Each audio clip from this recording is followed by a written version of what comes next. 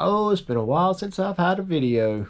It has been upper 90s in the Carolinas, and I've been staying inside. Nothing new going on, but here recently, within the last few days, I did get a new crawler. So I'll do a quick video on the Gspeed FS I just got and what I'm going to attempt to do with it here today, and hopefully it works. Picked this up the other day, and it's the Gspeed FS. I've had the Gspeed V4 for about 3 years, and I was ready to do an upgrade. So the FS is the forward skid. It's slid forward. I don't know how much. I really don't pay attention to all the specs. Maybe 25 millimeters, and I basically transferred everything over. It did come with a 1400 Holmes Hobby, which will be going out, and I've got a 2250 team spec going in, and yeah, so far it's really been a nice rig. I've got to fix some side hilling issues. It likes to flip over, but I'm hoping what I'm about to do to it today will help fix that. So I've already added brass outer portal covers. Oh, that's like a tongue twister. Portal covers, and that has helped tremendously. But one thing I believe in is some even better breakover. And if you notice, the rear links are hanging down.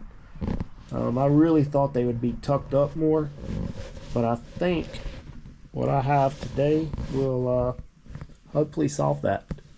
So on the V4, I was running these bent links off the pulley, which give crazy clearance as how high they are. But when I went to put them on the FS here, they're about a 1/4 inch too short. I'll see if I can line her up. Basically from here, my wheelbase would have only been around 13 inches. I like about 13.5. But I did notice on their website, this is an old V4 skid, and the new G-Shot skid, the rear links are actually mounted a 1/4 inch further back. So technically I should be able to put these high links on this chassis and still keep the 13.25 to 13.5 inch wheelbase. And so here's the G-Shot skid. It's kind of hard to really get down, but you can see the rear hole is going to be a little over a 1/4 inch further back. So yeah, hopefully these rear links will work, and I can get the breakover I want, and then I can work on the upper links to hopefully make it a little more stable on the side hills. But all right, let's hope this works. And mission accomplished.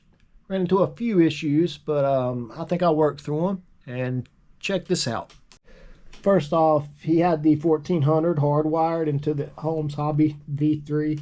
So I just cut the wires. I'm either going to put some little bullet plugs on there, or I'll just hardwire my motor into it. But as far as ground clearance now, look at the breakover. It is really insane. A lot more than my V4 had. I'm thinking I'll probably going to lower it about 10 millimeters because I think it's a little stink bugged right now.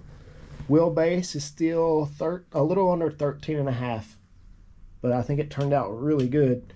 The way he mounts his transmission is he scoots it backwards.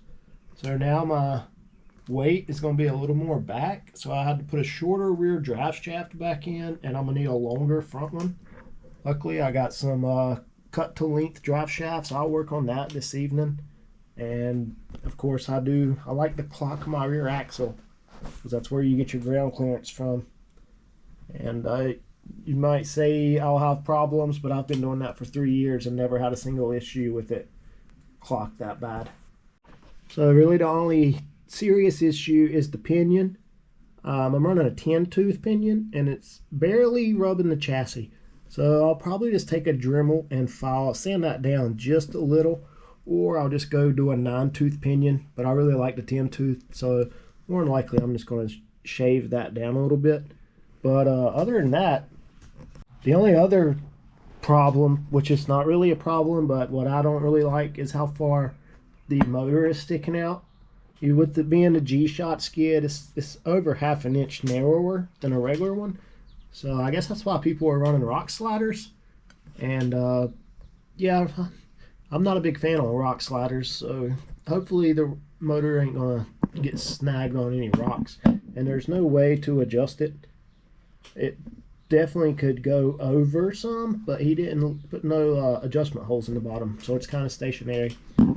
So I'm gonna go ahead and get some drive shafts cut to length, and I'm gonna try to get the motor soldered. I'm not very good at soldering, but I'll give it a go. And yeah, next video will be a test video and see how good this thing goes.